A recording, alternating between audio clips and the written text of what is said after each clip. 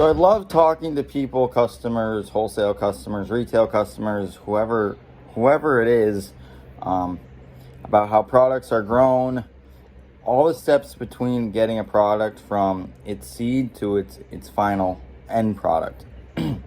And there's a lot of determining factors that go into many different crops, many different decisions that are made, judgments that are made, depending on the time of the season, depending on the crop, depending on the weather conditions, you name it. There's one crop that we've been dabbling with quite a bit this year and had some struggles in the early spring or the spring, and now we're kind of adapting and getting a good handle on things. That crop is broccoli. Someone just left a bag of broccoli sitting on the stand. I assume they didn't enjoy how it looked. So I wanted to shed a little bit of light on how this crop should be handled post-harvest, as we call it, or after we have picked it. So for those of you that aren't aware, broccoli is not a vegetable. It is actually a flower. All right here are pretty much unopened flowers, or flowerets if you want to call them. And that is the edible part that we can eat with this plant. You know, when we cut these off and stir fry them or steam them or roast them, whatever we do. These are all little immature, unformed flowers. So what we have to treat this as more of a flower than an actual vegetable. So that's kind of step one here. Step two is this crop does not like the heat. There are many varieties out there and varieties that we're trialing to be able to grow so they can tolerate the hot weather throughout the summer months, so we can consistently keep harvesting them week after week after week. This is one of the most popular high demanding crops in the US right now.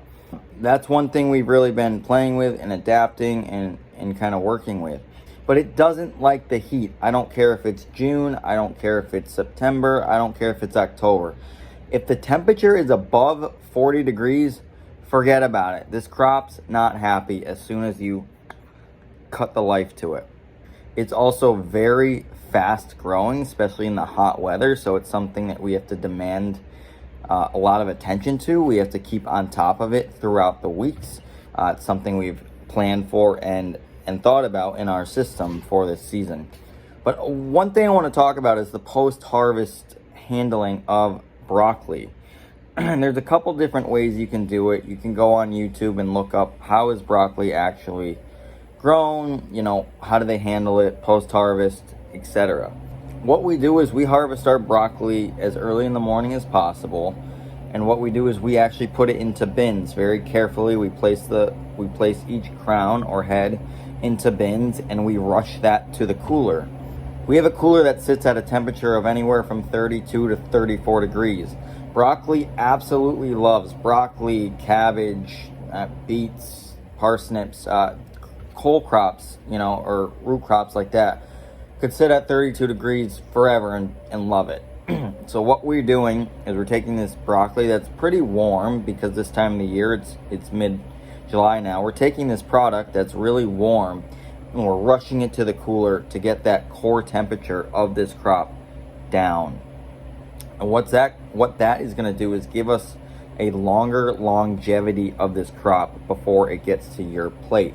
And what I mean by that is it's going to prevent the crop from wilting, getting sad looking, any type of yellowing with the crop, or any type of breakdown with the crop from excessive moisture. So from the time that we harvest that crop to the time it goes out your door, it is sitting in a cold cooler that is sitting anywhere roughly 33 degrees, covered with plastic to keep the moisture and humidity within that mini environment there. But when we take that crop and we move it and transfer it into a box to go to a wholesale outlet, or we take it and put it in a crate and we bring it to our farm stand or a farmer's market, there is time in between there where that crop is not going to sit at 33 degrees. I don't care if you put ice on the crop. I don't care if you keep it watered or keep it wet. I don't care if you move it as quick as possible. There is downtime in between where that crop is not going to see that temperature. your refrigerator is not at that temperature. So the situation I'm dealing right now is someone was unhappy with how this crown looked. And honestly, there's nothing wrong with this crown, but it was sitting in warmer temperatures a little longer than it should have. So what I want to kind of explain to people is that, especially in a retail setting, you know, we put broccoli out for maybe 1 or 2 days and we judge it on how the heads look. If there is no yellowing on this crown the second day, if it does not sell, we will put it back out for 1 more day, usually crushed with ice or in water. But once you take that crown, after that 2 days here, we discard it. It is no longer good, whether it's sold or not. That is the max time frame I will give that crop to sit out in the heat on our retail stand. Mind you, this goes back into that cold setting in the evenings at night. But I just want to shed some light is that the reason that the crown looks like this is because of a little more heat damage, or I guess a little more heat in general. This crop was sitting in a temperature it didn't like for longer than it had to.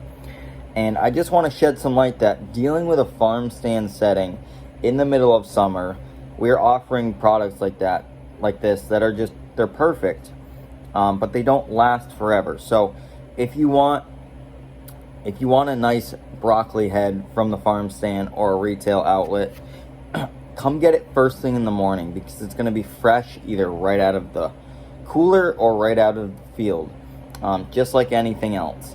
But you want to get this crop to your refrigerator as soon as possible.